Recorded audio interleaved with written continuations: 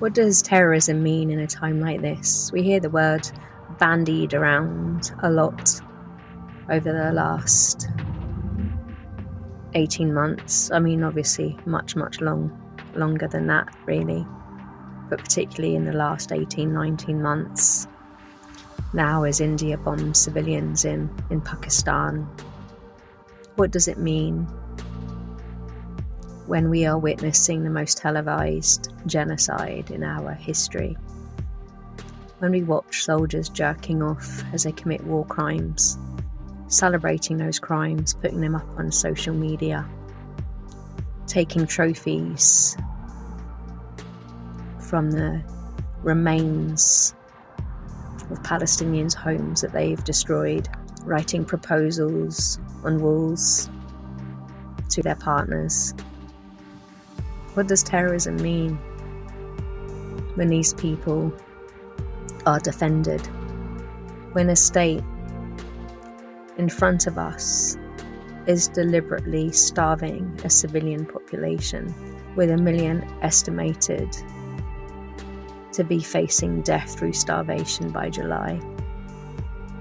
When hundreds are already dying, when we witness the emaciated bodies of children writhing, if they have the energy at all, in pain through that starvation.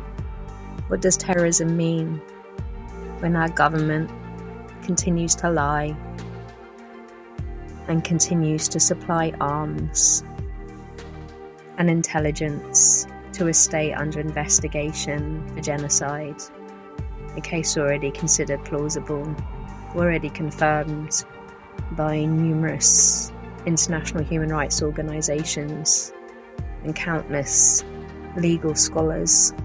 What does terrorism mean when none of those I've referred to are being held accountable for crimes, but meanwhile journalists, activists are being arrested under counter-terrorism legislation for reporting what is happening, or for recognising and asking for the implementation of international law, for understanding that any occupied people, any people subject to an attempt of extermination, have the right to try and stop that extermination from taking place.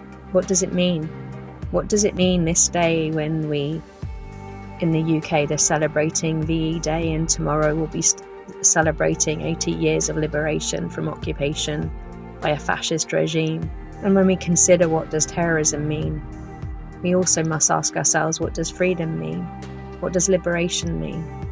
All of those things we were told our grandparents fought and died for.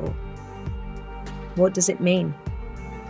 We have slipped into an Orwellian world of doublespeak, where war is peace, any form of resistance is terrorism, genocide is defense, propaganda is peddled as the truth.